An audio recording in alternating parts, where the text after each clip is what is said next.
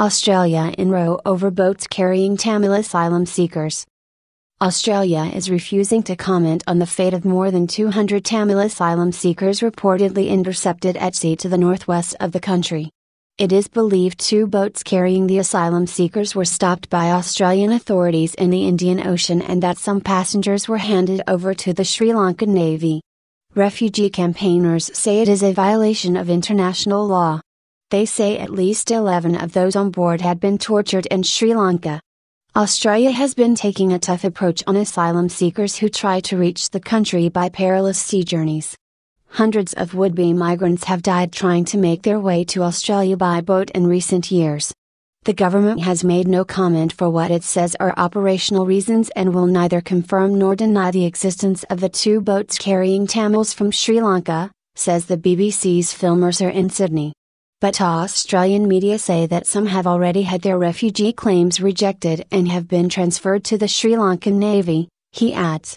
Forcing asylum seekers back to their country of origin without properly investigating their claims is a flagrant breach of the Refugee Convention and international law, the Refugee Council of Australia said. Chief Executive Paul Power said, for asylum seekers, this is a matter of life and death, particularly in Sri Lanka, which has a long history of political violence on a scale unimaginable to Australians. Ministers say, however, that Australia is upholding its international obligations. Tamil Refugee Council spokesman Arumugam said he had spoken to relatives of some of those on the boats and that at least 11 had been arrested by Sri Lanka's intelligence forces and had been tortured. The UN Refugee Council earlier this week expressed profound concern about Australia's handling of the asylum seekers. It has been 6 months since a vessel carrying refugees reached Australia after the military was called in to turn boats around. Under current Australian policy, most asylum seekers who try to make their way to Australia by boat are sent to detention camps in Papua New Guinea or Nauru. If found to be refugees, they will be resettled there, not in Australia.